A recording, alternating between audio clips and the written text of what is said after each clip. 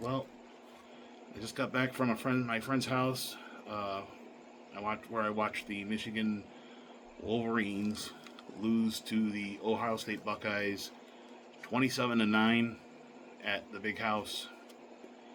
A game I thought about going to, but now I'm glad I didn't because I would be pretty miserable.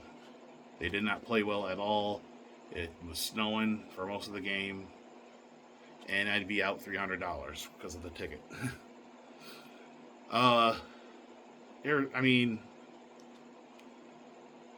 there, it the game started out promising. Michigan got the ball first. They drove down the field and kicked the field goal, and then they held Ohio State to no. Ohio State gets the ball. Michigan gets an interception, and even though they didn't score, they made it 6-0. And so it was a pretty good start for Michigan. And then Ohio State gets the ball. They held them to a field goal. It's 6-3, and you're thinking it's still pretty competitive.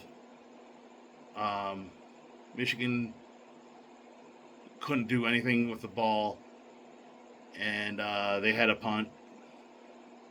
Ohio State goes down the field, and on 4th and 5, they throw a controversial touchdown where Jeremiah Smith catches it, and it looks like he bobbles it before going in the end zone and never recovers till he's out of bounds in the end zone, which would be a touchback. But the rest didn't see it that way. They called it a touchdown.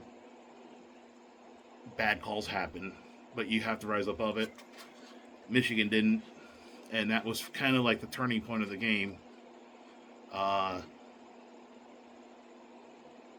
you know, then Ohio State scores another quick touchdown before the end of the half, and before you know it, 17-9, and it was really never the same in the second half. Michigan could not get anything going.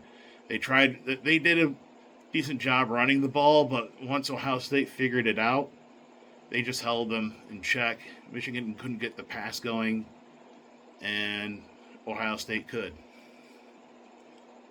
Uh, they had players open. Michigan had trouble tackling, and it seemed that in the second half, Ohio State's strategy was basically ball control offense. Like, do a couple of bullshit plays on 1st and 2nd down, and just convert the 3rd down, and just keep the chains moving and run the clock, tire out the defense.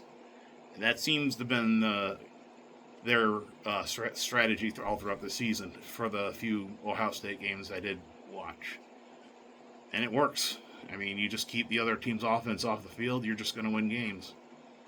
And their quarterback, outside of the interception, Julian Sain played in a phenomenal game.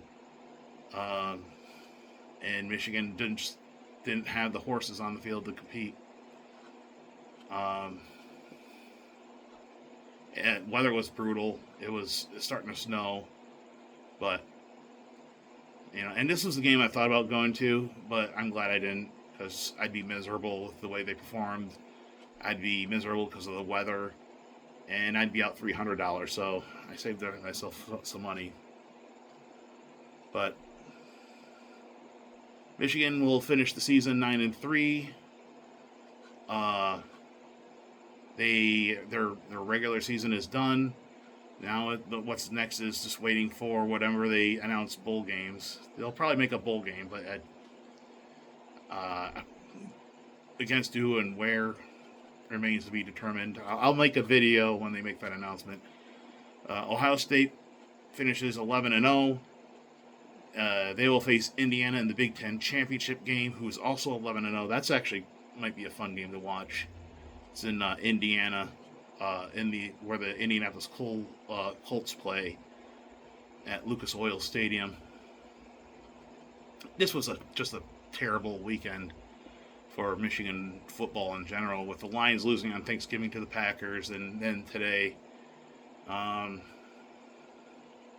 My only solace is at least I get tomorrow off from work, and I don't know what I'm doing tomorrow. I just not even watch any football. I'm just kind of take my mind off of it.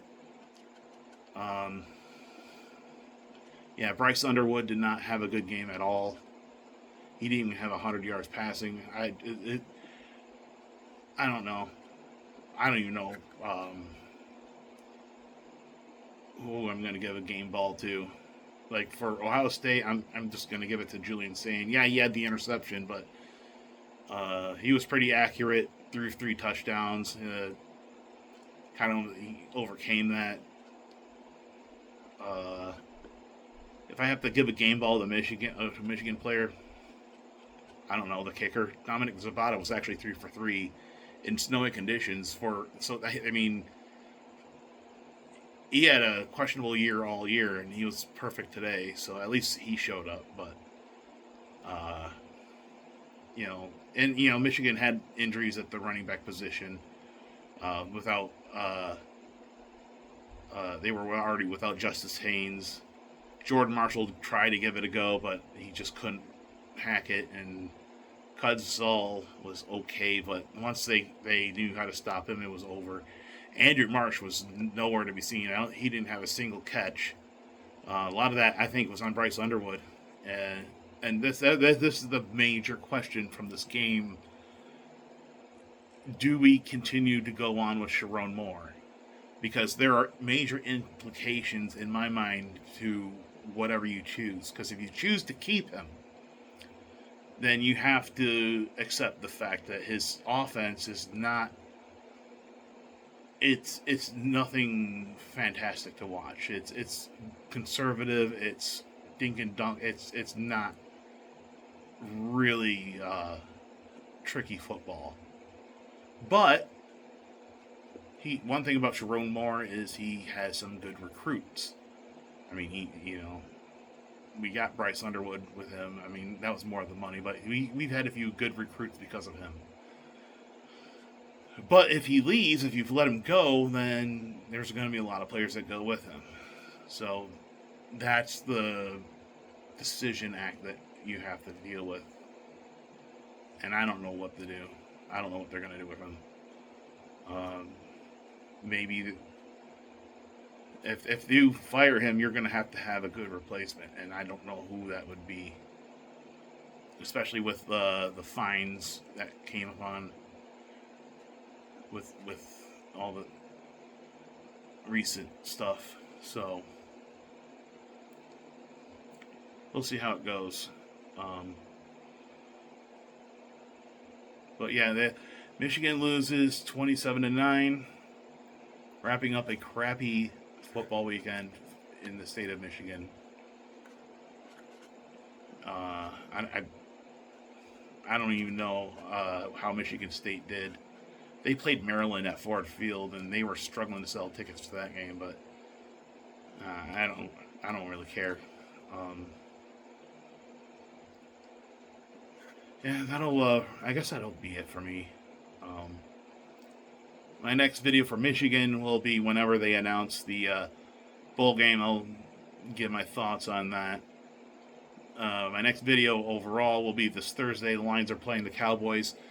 I did have a ticket for that, but I sold it because, like I said, I only had a half a day of work, a half a day of vacation from work, and by the time I get out of work, I would miss most of the game, so I might as well just get my money for it. And so the Lions are playing this Thursday against the Dallas Cowboys on Prime, Thursday night, Amazon Prime. Hopefully they can rebound. And we'll see where it goes from here. But I want to thank you all for watching my videos for throughout this year. In a manner of speaking, Michigan did technically improve from last year's record by 1 game. So that's progress. And I want to congratulate the Ohio State Buckeyes for finally breaking the losing streak in the rivalry, and hopefully next year will at least be a better game, because Michigan did not show up for this game. You'd think that with the two possessions where you had a field goal and the interception and you couldn't punch it in. You think that would be enough motivation, but they just stunk it up. So it was clear Ohio State was the better team talent wise, and they are also the more motivated team. And Jay Sean Barham at one point had to butt at a referee. I'm surprised he did not get ejected. He probably should have been, but I don't know.